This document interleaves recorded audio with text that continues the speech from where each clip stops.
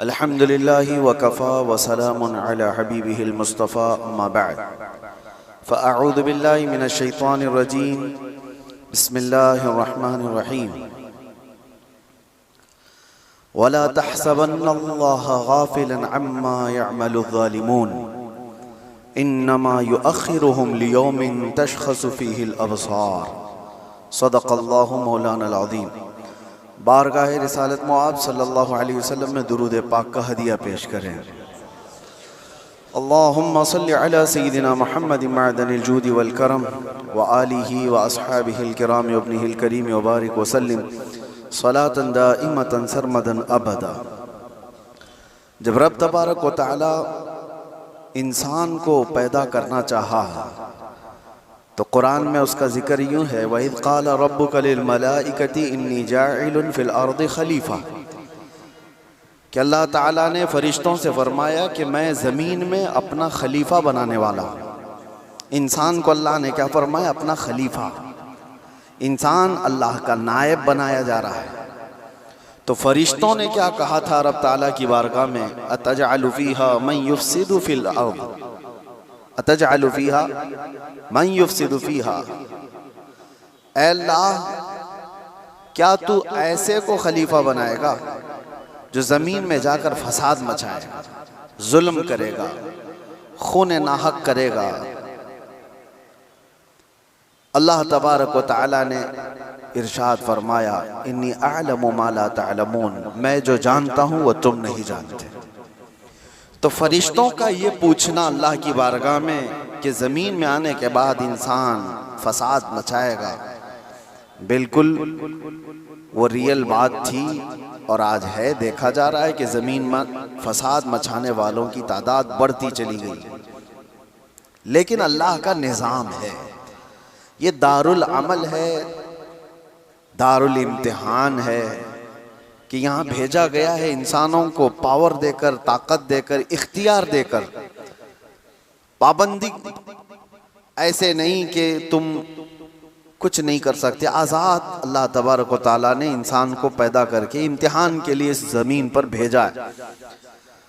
लेकिन साथ में रब तबारक व तआला ने इंसानों को हिदायत देने के लिए और बुराइयों से बचाने के लिए अंबिया इकराम भी भेजता रहा कि तुम्हें सीधा रास्ता बताएंगे, फसाद मत करना।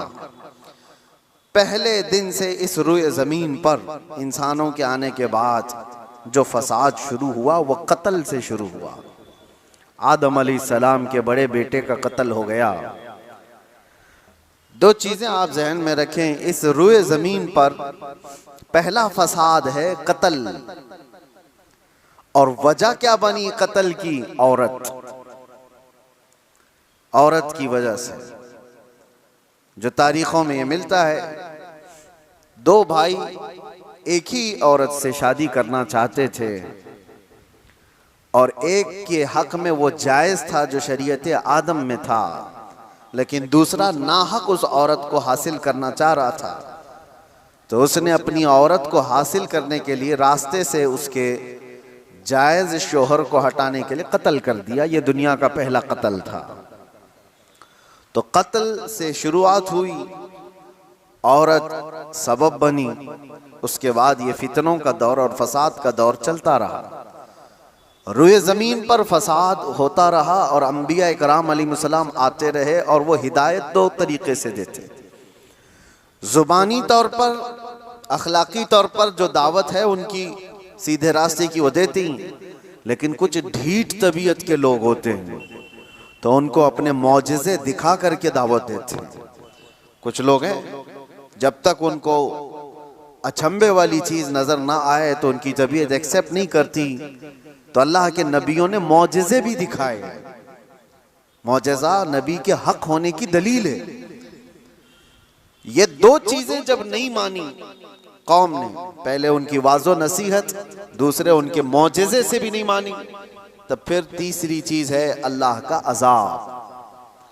अल्लाह का अज़ाब आया और उन्हें घेर लिया। और ये तारीख़ में एक बार नहीं, बार बार होता रहा। रब तबारक व तआला मोहलत देता है ज़ालिमों को। और कुरान पाक की वही आयत मैंने आज आपके सामने तिलावत की। अल्लाह फरमाता है वला तहसबन्नल्लाह गाफिलन अम्मा यअमलु ज़ालिमून। लोगों, ये हरगिज़ गुमान मत करना कि अल्लाह तबारक व तआला जालिमों से बेखबर है। हरगिज़ ये मत सोचना कि वो गाफिल है अल्लाह जो कुछ जालिम कर रहे हैं इन कामों से, हरगिज़ नहीं। इन्नमा युअख्खिरुहुम, हाँ वो उनको ढील दिया हुआ है। लियौमिन तशख़सु फ़ीहिल अब्सार, उस दिन तक के लिए ढील दिया हुआ है जब सबकी आंखें उन्हें पहचान लेंगी और दर्दनाक तरीके से उनकी गिरफ्तारी होगी।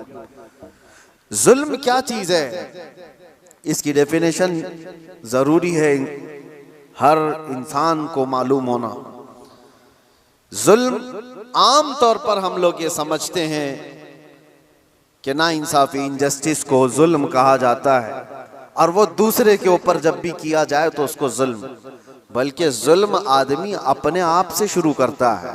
कुरान पाक में कई जगहों पर अल्लाह ने ये बयान फरमाया कि वो बड़ा जालिम है जिसने अपनी जान पर जुल्म किया। दूसरों पर जुल्म बाद में होगा, तकरीबन इंसान अपने आप पर भी तो जुल्म कर रहा है। अपने आप पर जुल्म कैसा होगा, अपने आप पर जुल्म कैसे? अपने आप पर जुल्म ये है, जुल्म की तारीफ जो डेफिनेशन है वो ये है, वदअ शै अला गैरि महल्लिही, किसी भी चीज को उसकी असली जगह से हटाकर रख देना। टोपी को अगर कोई पाँव में पहने तो उसकी जगह तो नहीं है, चप्पल को कोई सरों पर रख रहा है तो उसकी जगह तो नहीं है, ये जुल्म है। जिस चीज का जो मकाम है उसको वहां पर रखना ये इंसाफ, और उस चीज से उसे हटा देना ये जुल्म। इसको क्या कहते हैं? जुल्म। किसी भी चीज की असली हैसियत से उसको हटा देना। अब इंसान अपने आप पर जुल्म कैसे कर रहा है? अल्लाह ने तुम्हें अशरफुल मखलूकात बनाया, और अगर तुम अपने आप को जानवर की जगह रख रहे हो तो जुल्म अपने आप पे कर रहे हो। सबसे पहले तुम अपने आप पर जुल्म कर रहे हो। तुम जानवर नहीं, तुम गलाजत नहीं खाते, तुम माँ बहनों के साथ ज़िना नहीं करते, अशरफुल मखलूकात बनाए गए हो। अल्लाह ने तुम्हें अक्ल सलीम अता किया, सूझबूझ की ताकत अता किया, अच्छे बुरे में तमीज़ करने का सलीका दिया। ये सारी चीज़ें अल्लाह ने तुम्हें अता की हैं। अगर इनका इस्तेमाल ना करते हुए इंसान अपने आप को गलाजत में डालता है तो गोया कि वो जुल्म अपने आप पर कर रहा है। सबसे पहले उसने अपने आप पर जुल्म किया। जब कभी कोई गुनाहों में मुलव्विस होता है तो कुरान कहता है उसने अपने आप पर जुल्म किया है। इसीलिए तौबा के मुतालिक जब भी फरमाया गया तो यही कहा गया, जिन लोगों ने अपनी जानों पर जुल्म किया है। अपनी जानों पर जुल्म करना आपको लगता होगा हैरत की बात है, कोई आदमी अपने आप पर कैसे जुल्म करेगा? जुल्म का मतलब सिर्फ वही नहीं चाकू छुरी तलवार से मार देना। जुल्म ये है अपनी हैसियत को गिरा देना। जो मकाम अल्लाह ने तुझे दिया था वो छोड़कर तुम किसी और गलाजत में पड़ गए, ये सबसे पहला जुल्म है जो हमने अपने आप के साथ किया इंसान होने के नाते। दूसरी और एक खास सिफत अल्लाह ताला ने आपको अता किया, आप इंसान होने के साथ साथ उम्मत मोहम्मदिया है। अब स्टेटस बढ़ गया है तुम्हारा, तुम्हारी जगह बढ़ गई है जिस जगह पर अल्लाह ने तुम्हें बयान किया है। कुरान में अल्लाह फरमाता है इंसान तो दुनिया में बहुत बनाए गए, करोड़ों की तादाद, लेकिन कुंतुम खैर उम्मतिन उखरिजत लिन्नास, सारे इंसानों में अल्लाह ने तुमको खैर उम्मत बनाया, सबसे बेहतरीन उम्मत बनाया। तो जो टाइटल अल्लाह ताला ने हमें दिया खैर उम्मत का, उस पर अगर तुम कायम हो तो इंसाफ कर रहे हो अपने आप के साथ, और उस टाइटल से हट करके काम कर रहे हो तो जुल्म किया अपने आप के साथ। हमने अपने आप के साथ जुल्म किया। जुल्म की शुरुआत यहाँ से होती है, फिर उसके घर में होती है। घर से जुल्म होता है, बीवी पर, बच्चों पर, उनके हुकूक को मार देना ये जुल्म है। उनके हुकूक की तलफी बहनों, भाइयों, माँ बाप, औलाद, और उसके बाद फिर ये जुल्म बढ़ता हुआ पड़ोसियों तक जाता है, पड़ोसियों के साथ जुल्म, फिर उसके बाद मुआशरे में आता है जिसमें वो जी रहा है, मोहल्ले में, और फिर जैसे जैसे उसके मकामात बढ़ते चले गए उसके साथ साथ जुल्म की शाखें भी बढ़ती चली जाती हैं। जुल्म की हजार किस्में हैं, हजार किस्में हैं। मेरे अजीजों, एक बात याद रखो, कुरान में अल्लाह ताला ने फरमाया इन्नहु ला युहिब्बुज़ ज़ालिमीन, अल्लाह ताला जालिमों को हरगिज पसंद नहीं करता। जो हद से ज्यादा बढ़ने वाले हैं वो अल्लाह को पसंद नहीं है। लेकिन लोगों ने जुल्म का कॉन्सेप्ट ये बना करके रखा है, सिर्फ मार धाड़ कत्ल करने वाला ही जालिम है। जालिम तो घर से भी शुरू हुआ है। घरों में हुकूक तलफी जिसने किया वो जालिम है। जिसने बीवी का हक मार लिया वो जालिम, जिसने माँ बाप का हक अदा नहीं किया वो जालिम, जिसने औलाद का हक अदा नहीं किया वो जालिम, जो अपने भाई बहनों का हक मार कर बैठा वो भी जालिम। ये जुल्म की कई शाखें हैं। और उसके बाद मेरे अजीजों, लोग जब अमली जिंदगी में आगे बढ़ते हैं तो जुल्म कहां कहां है मैं आपको बताऊं। जुल्म इंसान करता कब है? कमजोर आदमी जालिम तो नहीं होता, ये तो सबको पता है, सारे लोग देखते हैं। अगर मिसाल के तौर पर मैं आपको बताऊं, किसी जुर्म में अंधा, लूला, लंगड़ा ऐसा आदमी, लूला भी है, लंगड़ा भी है, कुछ नहीं, पैर भी नहीं, हाथ भी नहीं, आंख भी नहीं, ऐसे शख्स को कोई पकड़ करके लाए और कहे कि इसने फलां के साथ बहुत जुल्म किया है, मार धाड़ किया है, तो दुनिया हंसेगी कि वो माजूर है, वो क्या कर सकता है। ये तो बात सही है। कमजोर आदमी जुल्म नहीं कर पाता क्योंकि उसके पास वो नहीं है। इसका अपोजिट ये निकलता है कि ताकत जैसी ही आती है इंसान वैसी जुल्म शुरू करता है। ताकत, और ताकत कई किस्म की है। जिस्म की भी ताकत है, माल की भी ताकत है, पावर की भी ताकत है, मनसब की भी ताकत है। और ये तीनों ताकतें जब किसी के ऊपर चढ़ जाती हैं तो फिरौन बनता है। ये तीनों ताकतें जानते हो आप, फिरौन तन्हा 1000 लोगों से लड़ सकता था। और ताकत उसकी जिस्मानी ऐसी थी कि 90 साल तक उसको बुखार भी नहीं आया, कभी सर्दी बुखार भी नहीं, कभी बीमार नहीं हुआ। ये जिस्मानी ताकत थी। माल की ताकत तो ऐसी कि आधी दुनिया के खजाने उसके थे। और पावर की ताकत ऐसी कि बादशाह आजम बना बैठा था, लोग तो उसके सामने झुकते थे। जब तीन चीजें ऐसी साथ मिल जाती हैं तो फिरौन बनने की कोशिश करता है हर आदमी। आज के दौर में भी मेरे अजीजों, ये तीन चीजें बड़ी आजमाइश के साथ आती हैं कि जुल्म से अपने आप को बचाओ। माजूर आदमी क्या जुल्म करेगा, उसके लिए वो इम्तिहान नहीं है। जो बिस्तर पर पड़ा हुआ है, जिसकी ना जिस्मानी ताकत है, ना माली पैसी ताकत है, और ना पावर उसके पास है, ऐसा आदमी क्या जुल्म करेगा? जुल्म वो करता है जिसके पास ताकत हो, और ताकत वाले के साथ इम्तिहान भी ज्यादा है। अजीजा ने गिरामी वक़ार, आज हम देख रहे हैं ताकत तीन किस्म की मैंने बताया। सबसे पहले मैं शुरुआत करता हूं जिस्मानी ताकत। जिस्मानी ताकत जब किसी के पास हो तो सबसे पहले वो मुक्का आजमाई की कोशिश करता है, हर एक पर देखता है मेरा मुक्का कितना तेज लगता है। वो ट्रायल शुरू कर चुका है। बॉडी बनाने के साथ ही उसको चाहिए ये कि किसी पर एक थप्पड़ लगा करके देख लूं कितना तेज लगता है। उसकी जिस्मानी ताकत का वह इस्तेमाल शुरू कर चुका है। मैं आपको बताऊं, जिस्मानी ताकत में मेरे अजीजों हैदर कर्रार को कौन पहुंच सकता है? जो शेरे खुदा, फातह खैबर, मुश्किल कुशा सैयदना अली इब्न अबी तालिब करमल्लाहु वजहुल करीम, उस जमाने के 40 सहाबा जो दरवाजा उठा नहीं पा रहे थे, तन्हा हजरत अली ने एक हाथ से उठाकर फेंक दिया था। जिनकी ताकत का यह अंदाजा करो। हैदर कर्रार की जिस्मानी ताकत को सारी ये सब नहीं पहुंच सकते काजू बादाम वाले। लेकिन एक जंग के मौके पर मौला अली शेर खुदा रदी अल्लाह तआला अन्हु लड़ रहे हैं, और सामने जो मुकाबिल में पहलवान था अचानक उसको ऐसा पछाड़ दिया कि उसके सीने पर चढ़कर खड़े हो गए। अब हैदर कर्रार के शिकंजे में जो आ जाए, अरे वो शेर नर है जिनकी मां ने ही नाम हैदर रखा हो। जैसे ही वो पंजे में आया, क्या करता, कसमसाया, फड़फड़ाया, लेकिन उसने एक काम क्या किया, आपके मुंह पर थूक दिया। थूक दिया। जाहिर सी बात है लास्ट मोमेंट पे आदमी ये कोशिश करता है कि मैं मर ही रहा हूं तो सामने वाले को कुछ करके चला जाऊं। उसने थूक दिया। ऐसी मोमेंट पर ताकतवर का गुस्सा डबल हो जाता है।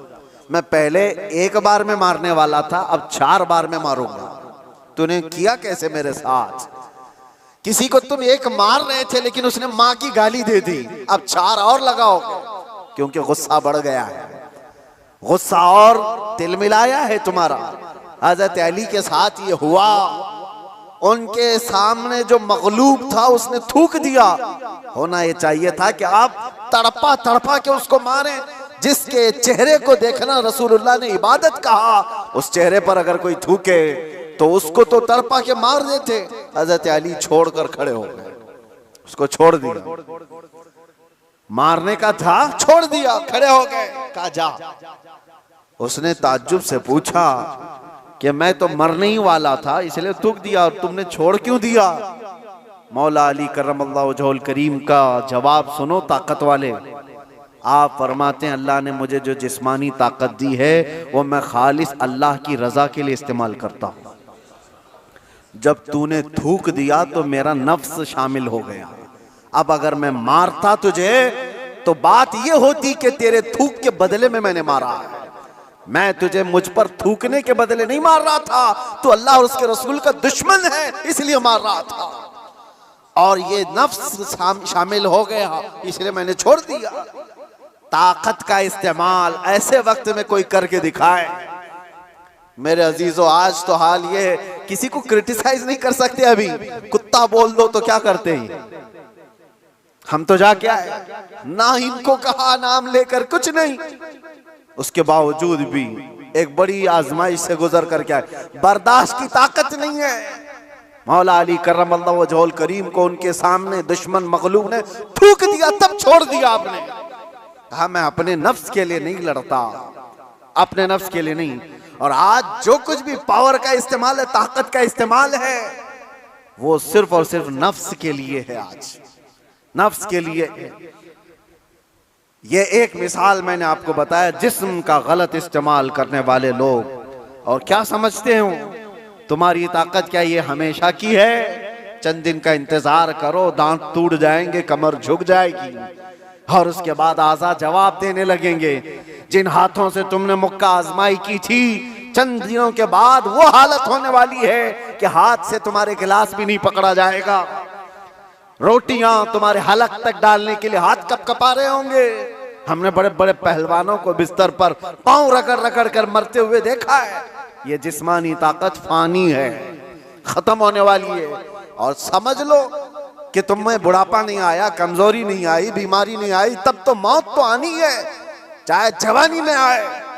और मेरे आका सल्लल्लाहु तआला अलैहि वसल्लम एक बार हजरत अबू हुरैरा रदियल्लाहु तआला अन्हु के साथ एक ऐसे खंदक के पास से गुजर रहे थे जहां लोग कूड़ा करकट कचरा सब फेंका करते थे। वहां पर मेरे आका सल्लल्लाहु तआला अलैहि वसल्लम खड़े हो गए। हजरत अबू हुरैरा से कहते हैं इस खंदक में कुछ तुम्हें नजर आ रहा है? तो आपने कहा हाँ या रसूल अल्लाह सल्लल्लाहु अलैहि वसल्लम, हड्डियां हैं पुरानी। आप सल्लल्लाहु अलैहि वसल्लम ने फरमाया ये उन मरे हुए लोगों की हड्डियां हैं, उनके कपड़े हैं जो गल चुके हैं, जो अपने जमाने में ऊंची सवारियां करते थे, बड़े जिस्मों के मालिक थे। इनको ताकत और कुव्वत बहुत दी गई थी और आज ये सड़ गल गए हैं और कीड़ों की ग़िज़ा बने। ये हश्र तो उन ताकतवरों का भी होगा जो आज अपनी ताकत का गलत इस्तेमाल कर रहे हैं। थोड़े दिनों की बात है, आप ये ताकत को फानी होते हुए देखेंगे। इसलिए मेरे अजीजों, जब अल्लाह ताला ने जिस्मानी ताकत दिया है तो संभाल करके रखना कि हाथ उठे तो कहीं जुल्म के लिए ना उठे, जुल्म के लिए ना उठे। जिस्म का इस्तेमाल कभी अपने नफ्स के लिए ना हो। इमाम अहले सुन्नत इमाम अहमद रजा खान फाजिल बरेलवी रदियल्लाहु ताला अन्हु, कौन नहीं जानता, आज आशिकों के इमाम, बरेली के ताजदार, जिन्होंने हजारों मसाइल का हल लिख दिया अपनी जिंदगी में, 1000 से ज्यादा किताबें लिख दी। और वो शहंशाह वक्त अपने जमाने के कुतुब मस्जिद में एतिकाफ में बैठते थे रमजान में, लेकिन एतिकाफ की हालत में भी मुसलसल इल्मी काम किया करते थे। एक बात थी, आला हजरत जैसे फकीह, उनके जैसा बड़ा आलिम जिसके सामने दूसरे कई उलमा अपने घुटने टेक देते हो। एतिकाफ की हालत में तवज्जो, जैसी ही इफ्तारी हो जाती तो आपके खादिमों में से घर से जो खाना लाया जाया करता था, एक बच्चा था 12 साल का, वो तो शदान लेकर के आता था, इफ्तारी और सहरी पहुंचाता था मस्जिद में। लेकिन आला हजरत को एक आदत थी पान खाने की, और पान खाने वाले लोग इफ्तारी के फौरन बाद पान चाहिए। आला हजरत इफ्तारी कर चुके, पान जो रोजाना आता था वो बच्चा पान लाया नहीं, और टाइम गुजरता गया, आपको पान की तलब हुई कि अभी तक आया नहीं, अभी तक आया नहीं। वो तकरीबन घंटा भर के बाद वो बच्चा आया और दौड़ता हुआ आया, कहा बड़े मौलाना साहब पान रह गया। पान ला करके दिया, एक तमाचा उसको लगाया, कहाँ चला गया था, पान लेकर कहाँ भाग गया था। वो बच्चा, जो खादिम है, खिदमत करने वाले लोग हैं, कहा माफ कीजिए भूल गया था, दिया और चला गया भागकर, पान खा लिया। आपके शागिर्द हैं अल्लामा ज़फ़रुद्दीन बिहारी रहमतुल्लाह तआला अलैह, उन्होंने लिखा है इसको, आला हजरत के शागिर्द। वो कहते हैं पान खाने के बाद आला हजरत इतने बेकरार हो गए, तरावी हो गई, टहलते रह गए इधर से उधर बेचैनी से। मैंने जाकर पूछा इमाम वक्त से आला हजरत से, मौलाना ज़फ़रुद्दीन साहब फरमाते, कहा क्या वजह है। आला हजरत ने कहा मौलाना जाओ वो बच्चा कहाँ है उसको ढूंढ के लाओ। कहा क्यों, क्या हुआ। कहा उसको बुला लाइए, मैं उसको मार दिया था। तो मौलाना ज़फ़रुद्दीन रहमतुल्लाह अलैह फरमाते मैं ढूंढने के लिए निकला, वो कहाँ मिलता, रात हो गई थी, कहीं दुबक के सो गया हो। लेकिन आला हजरत ने रात भर ढूंढने लगवाया, जो भी शागिर्द आए उससे कहो बच्चे को ढूंढ लाओ जो खाना लाता है हमारा। वो कहीं मिला ही नहीं। रात भर आप सोए ही नहीं, मस्जिद में टहलते रहे बेकरारी के साथ। सहरी का वक्त हुआ तो तोशादान लेकर बच्चा आ गया, उसकी ड्यूटी थी। वो जैसे ही आया आला हजरत लपक कर दरवाजे पर जाते और जाकर तोशा उसके हाथ से लिया, रख दिया और घुटने टेक कर जमीन पर बैठ गए। वक्त के मुजद्दिद की बात कर रहा हूं। उस बच्चे के दोनों कंधों को पकड़ा और कहा बेटा कल की रात मैंने थप्पड़ मार दिया था अपने हाथ से तुझे, खालिस मेरे पान के लिए, ये मेरे नफ्स के लिए मारा था, तो अल्लाह के लिए मुझे माफ कर दे। वक्त का इमाम अब छोटे बच्चे से कह रहा है मुझे माफ कर दे। वो बच्चा कसमसा रहा है, घबरा रहा है। देखा है वक्त के बड़े बड़े फकीह और मुफ्तियान कराम इस इमाम के सामने बैठ जाते हैं अदब से, और ये वक्त का इमाम मुझसे माफी तलब कर रहा है। बच्चे ने कहा हुजूर छोड़ दीजिए, मैंने कुछ समझा ही नहीं, मुझे कुछ पता ही नहीं। आला हज़रत ने कहा नहीं ऐसा नहीं होगा, तू कह दे माफ किया। मौलाना ज़फ़रुद्दीन फरमाते हैं मैं देखता खड़ा था। आला हज़रत कह रहे हैं कल क़यामत के दिन अगर रसूलुल्लाह सल्लल्लाहु अलैहि वसल्लम ने मुझसे पूछा ए अहमद रज़ा क्या तेरे अंदर अल्लाह ने ताकत इसलिए दी थी कि तू अपने पान के लिए छोटे बच्चे पर हाथ मारे, मैं क्या जवाब दूंगा उस दिन क़यामत के दिन। आला हज़रत उसको पकड़ करके थाम रहे, तो उस बच्चे ने कहा कि ठीक है मैं माफ कर दिया। आला हज़रत कहते हैं बच्चों को इख्तियार नहीं है माफ करने का, बच्चों को मसाइल है, वो मालिक नहीं है। हाँ आपने कहा अपने सर से टोपी उतारी और कहा जैसे कल मैंने तुझे मारा था वैसे तू भी मुझे मार, बराबर हो जाए मामला। उसका हाथ कांपने लग गया। वक्त का मुजद्दिद कह रहा है आला हज़रत अपनी टोपी उतार कर रख दिए। बच्चा जब नहीं मारने लगा आपने खुद उसका हाथ पकड़ा और हाथ पकड़ करके अपने सर पर मारने लग गए। 3-4 बार उसकी जब थप्पड़ पड़ी तो आला हज़रत मुस्कुराते हुए खड़े हुए कहा बात बराबर की हो गई, तूने मुझे माफ भी किया और बदला भी ले लिया। मौलाना ज़फ़रुद्दीन रहमतुल्लाह अलैह फरमाते हमारे आंसू निकल गए। वक्त का मुजद्दिद है, ताकत का गलत इस्तेमाल नहीं। मेरे अजीजों अगर अल्लाह ने जिस्म में ताकत दिया है तो इसलिए नहीं कि तुम अपने से नीचे वालों पर इसका इस्तेमाल करते रहो। इसीलिए अल्लाह के नबी सल्लल्लाहु अलैहि वसल्लम ने क्या फरमाया, मन लम यरहम सगीरना वलम युअक्किर कबीरना फलैसा मिन्ना, जो अपने छोटों पर रहम नहीं करता और बड़ों की शफकत नहीं करता और बड़ों की इज्जत नहीं करता वो मेरी उम्मत में से नहीं। अल्लाह ताला ने अगर ताकत दिया है, नौजवानों से मैं कहता हूं गलत इस्तेमाल नहीं करना, इसका गलत इस्तेमाल कभी ना हो। औरतों को मारने की बात आई, कितने तो घर ऐसे बने हुए हैं, कमजोर है वो, तुमसे कमजोर मखलूक है, लोगों ने उसको बराबर का बनाने की कोशिश की है, लेकिन औरत तुमसे कमजोर बनाई गई है। उसको मारने का हुक्म कहीं पर भी नहीं दिया गया, कहीं पर भी नहीं, किसी भी तरह से। लोग आज अपनी ताकत का भरपूर इस्तेमाल इनके साथ करते हैं, औरतों के साथ। बहुत सख्त जवाब देना होगा मेरे अजीज। औरत तो औरत है, मखलूक भी है अल्लाह ताला की, लेकिन साथ में उम्मत मोहम्मदिया है। इसका जवाब तो बहुत है। हदीस में तो ये मिलता है, जानवरों को जिसने मारा बिला वजह के, कयामत के दिन वो जानवर उठाए जाएंगे और वो आएंगे, मुकद्दमा करेंगे अल्लाह की बारगाह में कि अल्लाह इसने मुझे फलां वक्त बगैर किसी वजह के मारा था। रब ताला उस जानवर को सींग अता करेगा और कहेगा कि तू इतना मार ले इसको यहाँ पर, और वहां सख्ती के साथ वो जानवर इस जालिम को मार रहे होंगे। अहले महशर उसको देख रहे हैं। जानवरों के साथ जुल्म को इस्लाम ने जायज नहीं किया। घरों में अपने औरतों के साथ कौन जुल्म की इजाजत देगा? ये हुई डोमेस्टिक वायलेंस जिसको कहा गया है। मैंने अंदर कैद में देखा कितने ऐसे कैदी औरतों को जला करके अंदर आए हुए हैं, छोटी छोटी बातों पर, जहेज के नाम पर, दो खानदानों के झगड़ों पर औरतों को जला दिया, मार दिया, खत्म कर दिया। ऐसे कितने वाक़यात। इंसान को जब ताकत ज्यादा आ जाए तो वो जुल्म के रास्ते पर आ जाता है। यहां अपने आप को कंट्रोल करना मेरे अजीजों, ये वक्त का बहुत बड़ा चैलेंज है तुम्हारे साथ। ये हुई जिस्मानी ताकत, और जब माल आ जाए, अल्लाह अकबर, ये बड़ी आजमाइश है, ये बड़ी आजमाइश है। चर्बी ज्यादा उस वक्त आती है जब माल ज्यादा आता है।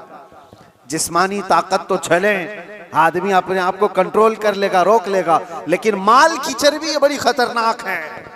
ये तो गरीबों का मजाक उड़ाती है सबसे पहले, दीन को हल्का समझती है सबसे पहले। ये मौलाना लोग, ये हमारी कैटेगरी के नहीं है। या उलमा, ये तो कमतर लोग हैं, यतीम लोग हैं, लावारिस लोग हैं। मालदार सबसे पहले दीन का मजाक उड़ाने लग जाता है।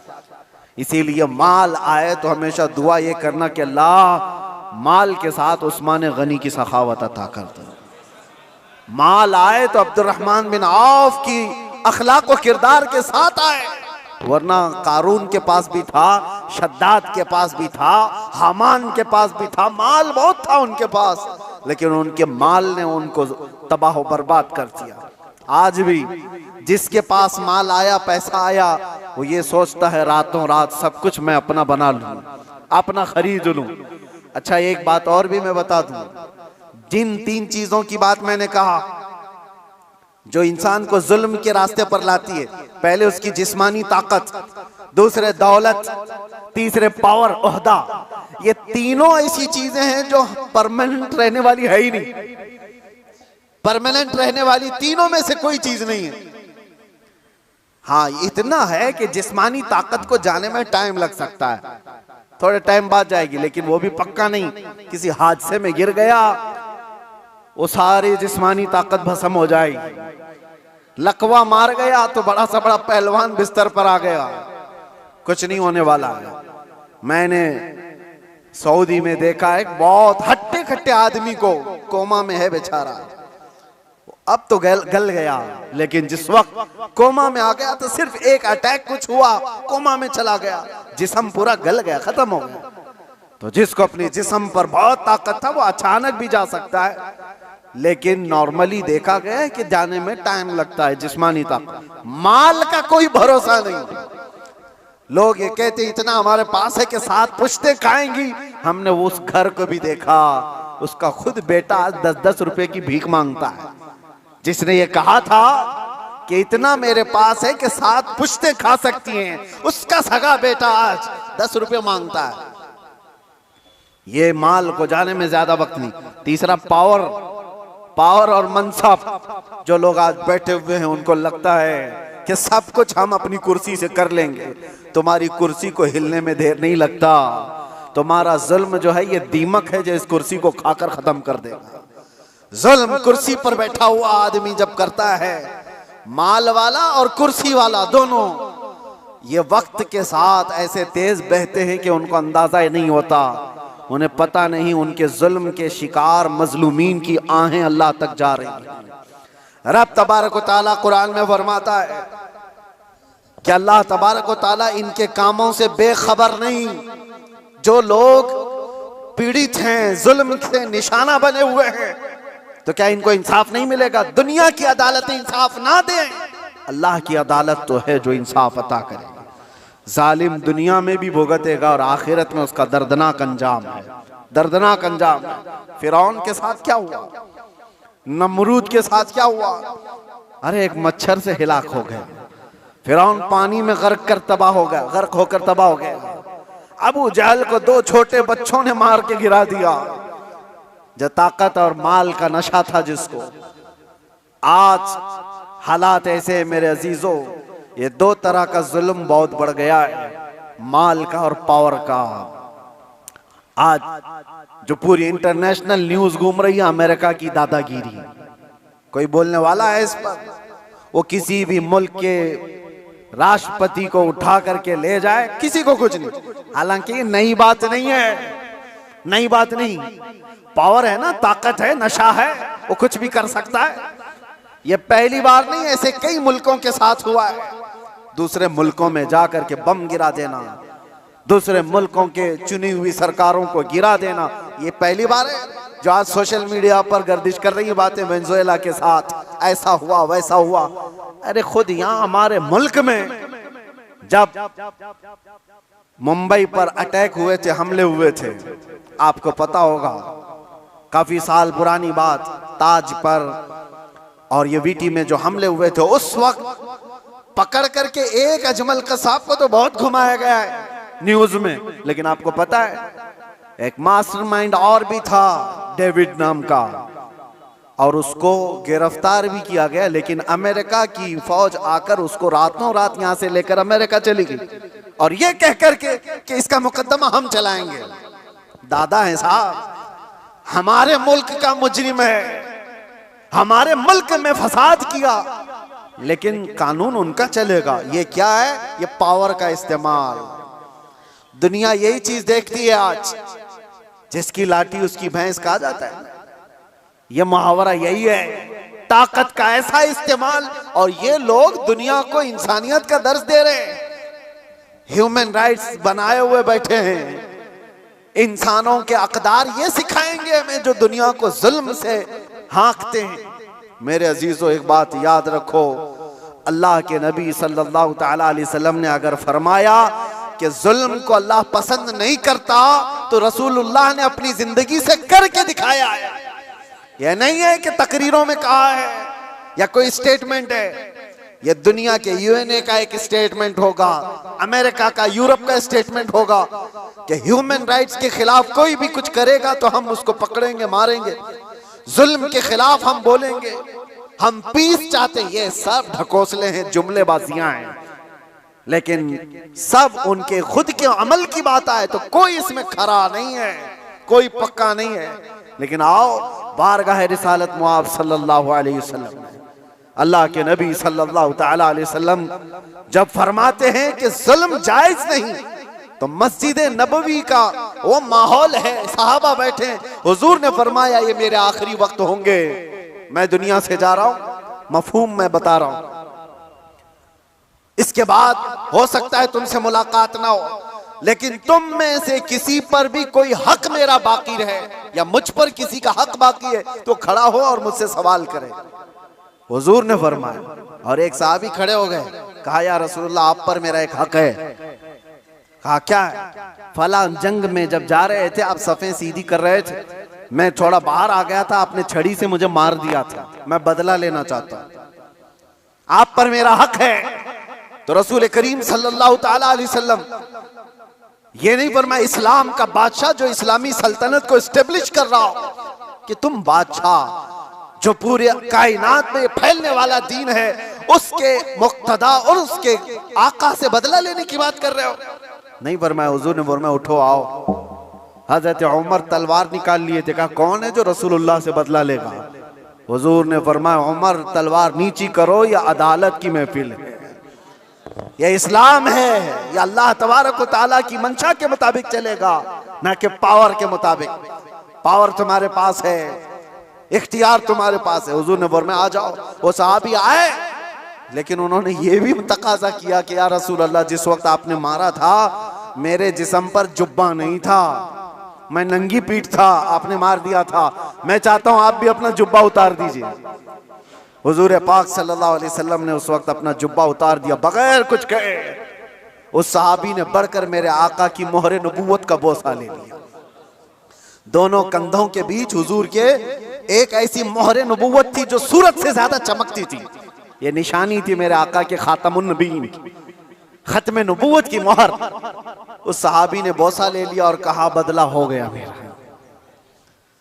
ये। लेकिन अल्लाह के नबी सल्लल्लाहु अलैहि वसल्लम ने अपने आप को पेश तो किया है। कोई किसी के सामने ये गच तो बताए कोई। अरे आज का कोई भी नेता खड़ा होकर के कह दे किसी पर कोई हक बाकी है तो पूरे घर निकल आएंगे। हाँ, सबका तो खा के बैठा हुआ है छोटी छोटी चीजों के लिए।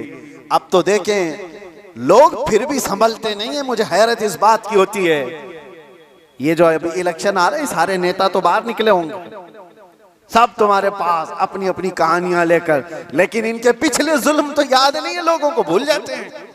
अरे पानी के लिए लोगों से रिश्वत, घर के लिए रिश्वत, हर चीज के लिए। ये मखलूक के साथ जो जुल्म करके कुर्सी संभालते हैं, इनका जब वक्त आए तो मेरे अजीजों तुम्हें भी तो अपने पावर का इस्तेमाल करना चाहिए। एक बात याद रखो, इमाम हुसैन का ये जुमला है, आपने फरमाया था कि मेरे नजदीक जालिम वो नहीं जो किसी को मारता है, जालिम वो भी है जो उसके जुल्म को देखकर खामोश रहता है, आवाज नहीं उठाता। और यहां आवाज उठाने की बात तो छोड़ो, तुम तो ताउन कर रहे हो। आप भाई आगे बढ़ो, हम तुम्हारे साथ हैं। जुल्म करते रहो, हम भी तुम्हारे साथ हैं। पैसा खाते रहो, हम भी तुम्हारे साथ हैं। ये क्या है? ये निजाम को बदलने की जरूरत है। आज पावर का जो इस्तेमाल हो रहा है, गलत इस्तेमाल, इसको बदलने की अपने अंदर सोच पैदा करो। आप सोचते होंगे हम थोड़ी तादाद में, हमसे क्या होगा? हरगिज मत सोचो। एक की सोच से भी इनकलाब आता है, एक की सोच से भी इनकलाब आता है। बढ़ना तुम्हारा काम है। तुम क्यों सोचते हो कि पूरी दुनिया मेरे साथ खड़ा होना चाहिए? नहीं, सरकार मुजाहिद मिल्लत रहमतुल्लाह तआला अलैह बहुत दिल के अंदर मलाल लेकर के चलते थे। उम्मत के हालात ऐसे, मैं उनको पढ़ा तो मैं भी कई मर्तबा ऐसा, जिसको कहते हैं ना डिसअपॉइंट हो जाना, हालात को देख रहे यार कोई आता ही नहीं, क्या फायदे का हम चिल्लाते रह जाएं, लोग आपस में इख्तिलाफ करके छोड़ के चले जाएं।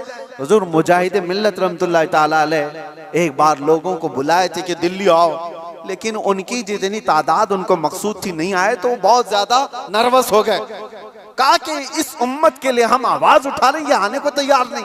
वापस आए, उस वक्त सुना सरकार मुफ्ती आजम हिंद रहमतुल्लाह तआला अलैह आला हज़रत के शहजादे, उन्होंने कहा था कि मौलाना लोगों को मत देखो, दुनिया जो है कूफा में इमाम मुस्लिम के साथ शाम में 60,000 की तादाद में नमाज पढ़ती है और दूसरे दिन फजर में 2 बच्चों के अलावा कोई नहीं होता। आप इनके बेस पर ना आओ, आप अल्लाह के भरोसे पर जाओ, इसलिए कि गरीब नवाज पहले से हिंदुस्तान में माहौल बना के नहीं आए थे, अल्लाह के भरोसे आए थे, अल्लाह ने माहौल बना दिया। एक आया था लेकिन लाखों को इस्लाम का नूर देकर गया। एक से भी होता है इनकलाब। आप क्यों सोचते हो कि मेरे चाहने से कुछ नहीं होगा? आप सोचो, खड़े हो इनकलाब के लिए कि मैं जालिम का साथ नहीं दूंगा, जुल्म के खिलाफ रहूंगा। लोग तो बिक रहे हैं आज। मुसलमानों के वोट की हमें कोई जरूरत नहीं, इनको लुभाने की जरूरत नहीं। एक रात पहले 1-1 हजार में बिक जाएंगे, इनके घरों में 1-1 हजार का लिफाफा पहुंचा दे, ये बिक जाएंगे, हो जाएगा। उम्मत मुस्तफा को आज लोग इस तरह का खिलौना बनाए, और ये मजाक नहीं है आपके साथ। आप उसके बावजूद भी ये कहते भाई आगे बढ़ो, हम तुम्हारे साथ हैं। जालिम का साथ देना भी बड़ा जुल्म है। कयामत के दिन इसका भी सवाल होगा आपके साथ, इसका भी सवाल होगा कि उसके जुल्म तक पहुंचने में कौन मददगार था? तुम मददगार थे, तुम सारे मददगार थे। इसकी पकड़ होगी। इसीलिए मेरे अजीजों, हो तो इंसाफ के साथ, नहीं तो मेरे आका ने जो फरमाया एक जमाना ऐसा आएगा कि लोग वही ईमान बचा पाएंगे जो अपने घर में टाट के कपड़े की तरह पड़े रहेंगे, वही लोग अपना ईमान बचा पाएंगे। आज वो हालात हमें दिख रहे हैं, कहां जाएं खुदा बंदा, ये तेरे सादा दिल बंदे किधर जाएं कि दुर्वेशी भी अय्यारी है, सुल्तानी भी मक्कारी है। आज वो हालात आ गए हैं। अजीज़ा ने गिराम वक़ार, खुलासा कलाम मेरा ये है, अल्लाह ताला ने जुल्म को सख्त नापसंद फरमाया, जुल्म को सख्त नापसंद फरमाया। आज जो पूरी दुनिया पावर का और माल का जुल्म कर रही है, ये हमारे लिए नया नहीं है, लेकिन हम जूझ रहे हैं। इंतजार करो, हर जुल्म के बाद अल्लाह तबारक व तआला एक नई सुबह तुलू फरमाता है। जालिमों का वक्त जाएगा, उसको जाना है। कुरान कहता है वकुल जाअल हक़ व ज़हक़ल बातिल, आप फरमा दें महबूब, हक आया और बातिल मिट गया। इन्नल बातिल कान ज़हूक़ा, और बातिल को तो मिटना ही है, मिटना ही है। जालिम को तो जाना ही है। वक्त आएगा हर एक का। इसीलिए मैंने वो जुमला कहा था जिसकी वजह से मुझे बड़ी सख्त सजा हो गई, कुछ देर की खामोशी है। इसीलिए कहा था कुछ देर की खामोशी है। ये जुल्म जितना भी होगा, अंधेरा हमेशा नहीं रहता, सुबह रोशन होगी। चांद को गहन हमेशा नहीं लगता, छट जाता है फिर वो चमकता है। ये उम्मत मोहम्मदिया है, आज खिजा रसीदा है, हालात खराब हुए हैं, लेकिन ये हमेशा के नहीं है। ये हालात छटेंगे और उम्मत मोहम्मदिया का वकार वापस आएगा। और हमारा काम क्या है? उम्मत को जगाना, बेदार करना, तुम्हारी तो हैसियत और तुम्हारी अपनी वैल्यू बताना कि तुम वो नहीं हो जिस तरह की जिंदगी गुजार रहे हो। 100 साल पहले इकबाल ने बहुत प्यारा शेर कहा था, बहुत प्यारा, हमें झिझोड़ते हुए कहा था कि उम्मत मोहम्मदिया को मुखातब करते हुए इकबाल ने कहा था कि पहाड़ बसेरा कर पहाड़ों की चट्टानों में, तू शाहीन है बसेरा कर पहाड़ों की चट्टानों में, नहीं तेरा नशीमन कसरे सुल्तानी के गुंबद पर। मतलब समझते हो उर्दू है, नहीं तेरा नशीमन कसरे सुल्तानी के गुंबद पर। कसरे सुल्तानी बादशाह के महल का गुंबद कितना ऊंचा हो सकता है? ज्यादा से ज्यादा कितना फीट ऊंचा होगा? 200 फीट ऊंचा कर दिया होगा, 400 फीट ऊंचा होगा। लेकिन इकबाल कहता है वो गुंबद की ऊंचाई ये तेरी मंजिल नहीं है। एक परिंदा है शाहीन, जानते हो, जो सबसे ऊंचा उड़ता है, और इतना ऊंचा उड़ता है कि उसको कौवे भी नहीं देख सकते, कौवे भी नहीं देख पाते उसको। शाहीन इतना ऊंचा उड़ता है। और इकबाल इसको उम्मत मोहम्मदिया को कहता है, नहीं तेरा नशीमन कसरे सुल्तानी के गुंबद पर, तेरी ऊंचाई इतनी नहीं है, यहाँ बैठने की नहीं है, तू शाहीन है बसेरा कर पहाड़ों की चट्टानों में। तुम बुलंदी के लिए बनाए गए हो। ये क्या है? ये जो छोटी मोटी चीजें इसके लिए नहीं। अब आखिरी मेरा पैगाम ये है कि जुल्म ये भी है कि रिश्वत लेना, रिश्वत देना। अल्लाह के नबी सल्लल्लाहु अलैहि वसल्लम ने फरमाया, अर्राशी वल मुर्तशी किलाहुमा फिन्नार, रिश्वत लेने वाला, रिश्वत देने वाला दोनों जहन्नम में जाएंगे। मेरे आका ने फरमाया, हाँ, वोट के लिए जो पैसा बांट रहा है और जो ले रहा है, अगर ये रिश्वत की मंजिल में आया, दोनों जहन्नमी हैं। ये मेरे आका की हदीस है, इसीलिए कान खोल करके सुनो। उम्मत को हक बताना ये मेरा फरीजा है। बाद में जहन्नम का काम करना ना करना ये तुम्हारे हाथ में है। अल्लाह तबारक व तआला सबको हिदायत अता फरमाए। रब तबारक व तआला जुल्म की हर शाख से हमारी हिफाजत फरमाए। व आखिर दावाना अनिल हम्दुलिल्लाहि रब्बिल आलमीन। अस्सलामु अलैकुम।